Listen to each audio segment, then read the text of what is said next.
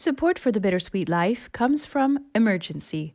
Remember the story I told on a recent episode about Samad in Iraq? He stepped on a landmine as a child, losing both his legs. Emergency was there to help him, offering free, high-quality health care. Emergency is an effective and trustworthy charity that focuses on sustainable, long-term, quality health care. They build hospitals around the globe and empower local people by training them to be staff. They work across the world in countries affected by war and poverty, with active projects in Afghanistan, Eritrea, Iraq, Italy, Sierra Leone, Sudan, Uganda, and Yemen. Emergency solely relies on generous supporters, so if you would like to donate and support their incredible work, just search Emergency NGO and donate today. That's N as in November. Emergency NGO.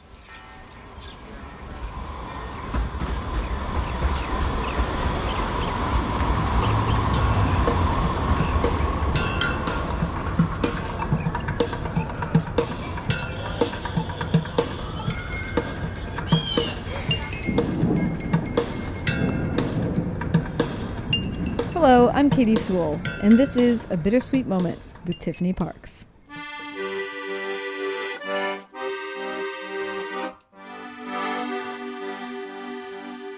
Hello and welcome to the Bittersweet Life. I'm Tiffany Parks, and this is your midweek Bittersweet Moment.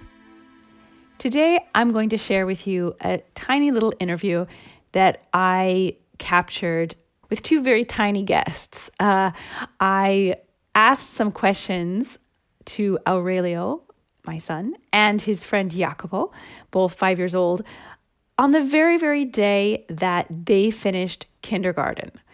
On Monday's show, we're going to talk a little bit about endings and the nostalgia that for some people, like myself, can be associated with endings.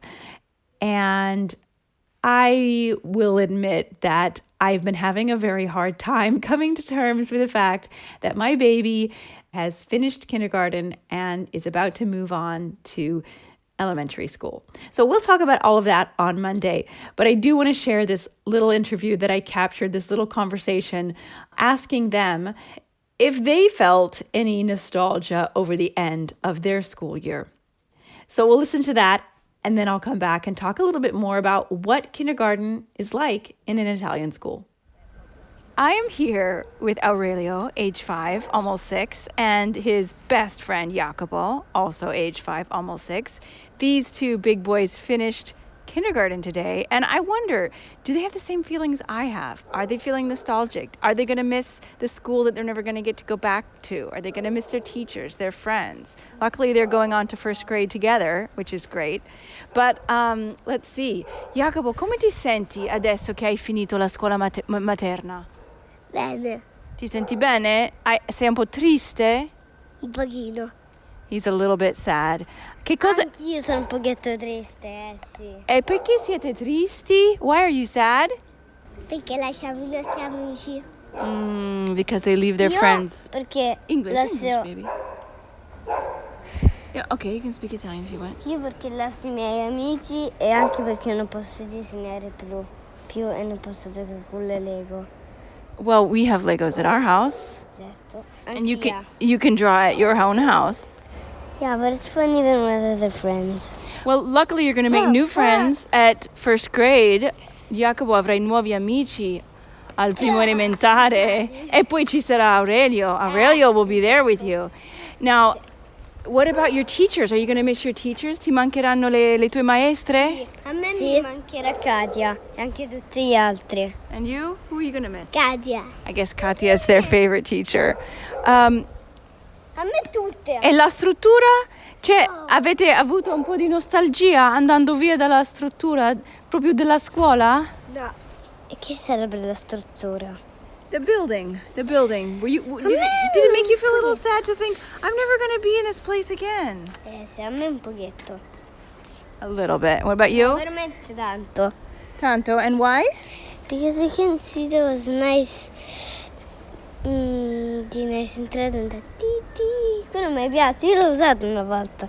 Aurelio's going to miss having his temperature taken every day. You know, you might have to do that at first grade too. Big smile. Jacopo, vieni qua. Chi è quella? Allora, what are you looking most forward to about starting first grade? Che cosa ti aspetti alla prima elementare? Io aspetto matematica. 10 fa 30. E 3 10 più 1 fa 31. Very good. What about you? Io inglese. Studiare inglese? Oh, Jacopo's looking forward to studying English, and Aurelio is looking forward to studying math. Siete contenti che adesso sono arrivate le vacanze di estate? Sì! They're both very happy that it's summer vacation. Although vacation from what, I ask you, since I went to elementary school. I have your... They're both excited for vacation, but like I said, vacation from what? Scuola materna, aka preschool and kindergarten, is pretty low stress as far as I can tell. Allora, grazie tantissimo a tutte e due. Grazie. Jacopo, Grazie. you want to say any final words? Ultime parole? Simplifica. What? Ultime parole. Che simplifica. Hai visto? Tu sei? Che simplifica. Che significa? Vuoi dire un'ultima cosa? Vuoi dire qualcos'altro?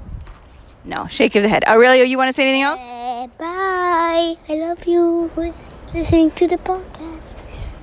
As you can hear, they're pretty happy to be finished with kindergarten, as far as I could tell.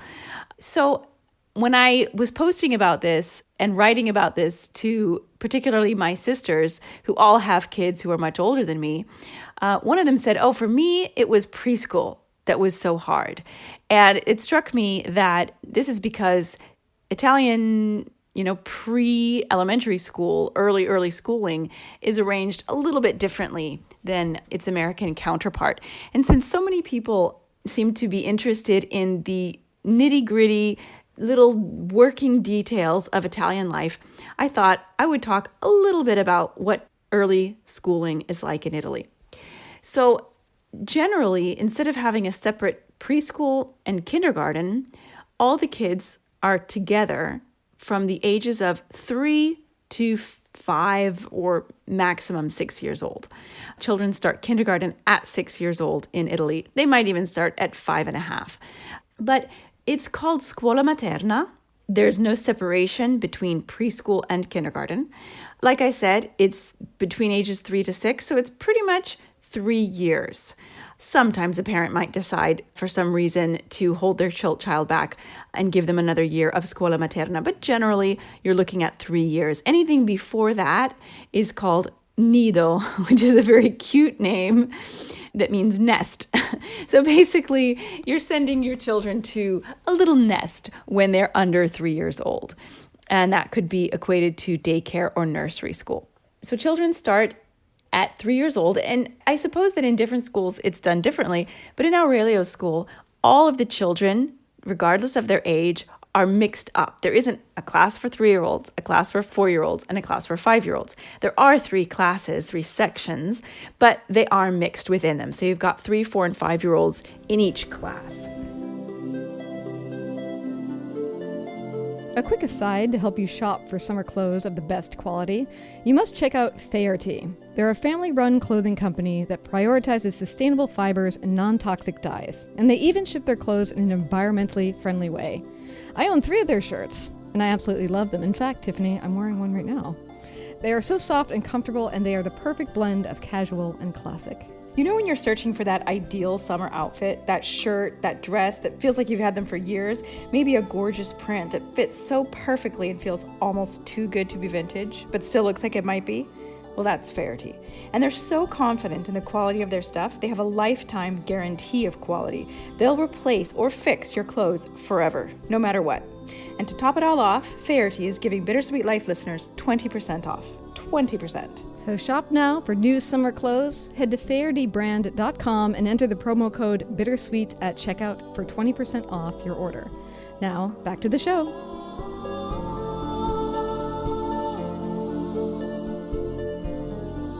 Another difference is, of course, the food. As you know, food is extremely important in Italy. And that includes food for children. Now, I have an extremely picky eater who would be thrilled if he could just eat turkey slices and white pasta every single day of his life. What could I say? He's my child. I was the same exact way. But they actually have a very sophisticated menu at the Scuola Materna. You can download the menu online, and of course it changes week to week. But every single day they have a primo, which is, a first course, which is generally pasta or rice. They have a secondo, which is either meat, fish, maybe eggs, maybe cheese if they've had meat in their pasta, and a contorno, a side dish, which is generally some kind of vegetable. They're pretty impressive. Like if you look at the menu, it's never, yes, sometimes it's pasta with parmigiano. Sometimes they're going to make that. But sometimes, they have pasta with pesto and cherry tomatoes, which is a personal favorite of mine, or pasta with zucchini, or rice in a vegetable concoction. For second courses, they often have fish meatballs, or they might have veal. So it's pretty intense. It's not quite as crazy as what goes on in the French schools, which I have read about, but it's pretty impressive for those little kids. Unfortunately, Aurelio eats almost none of it. Another difference between Italian kindergarten, which of course is not called kindergarten, and American kindergarten is that here in Italy, kindergartners, or AKA 5-year-olds, are not taught to read, and they are not taught math. I believe that basic math, like at least basic addition, as well as early reading, is taught in kindergarten in the United States. In Italy, they wait until first grade for that. And at first, I was a little annoyed by this, and I thought, they're waiting too late to teach these kids how to read. But since I have discovered more and more about what Italian school is like, and how extremely rigorous it is, just how much homework they give, and how high the expectations are here, I started to think, what? Having those 3 years of Scuola Materna where all they're expected to do is play and discover and explore and experiment and create, maybe that's not a bad thing. Now that I know he's about to be sitting in a classroom for 6 hours a day, having to pay attention. We all did it, right? But I'm kind of glad that he had these 3 years to just be a kid and not to have to worry about any kind of schoolwork, because he's going to get plenty of that. That said, as you'll remember, I did teach him how to read during the lockdown last year. Whether or not that has really stuck is another question. He's not become super enthusiastic about reading, so he can do it, but he does not do it willingly, let's say. But we shall see. I'll be very interested to learn, and of course report back to you how school goes, learning to read and write in Italian when he also has a second language, as well as what it's going to be like for him to take English class with kids who don't speak a word of English. And he will have a non-native English-speaking English teacher. I'm very interested to see how that will go. And like I said, I will make sure to report back to you. I hope you enjoyed this bittersweet moment. Join us again. Bye. Thanks to Emergency for supporting this program. Emergency is an outstanding charity that focuses on sustainable, long-term quality healthcare. Their work is centered on building hospitals and empowering local people by training them to be staff. If you'd like to support their work, search for Emergency NGO and donate today. You can also find a link in our show notes.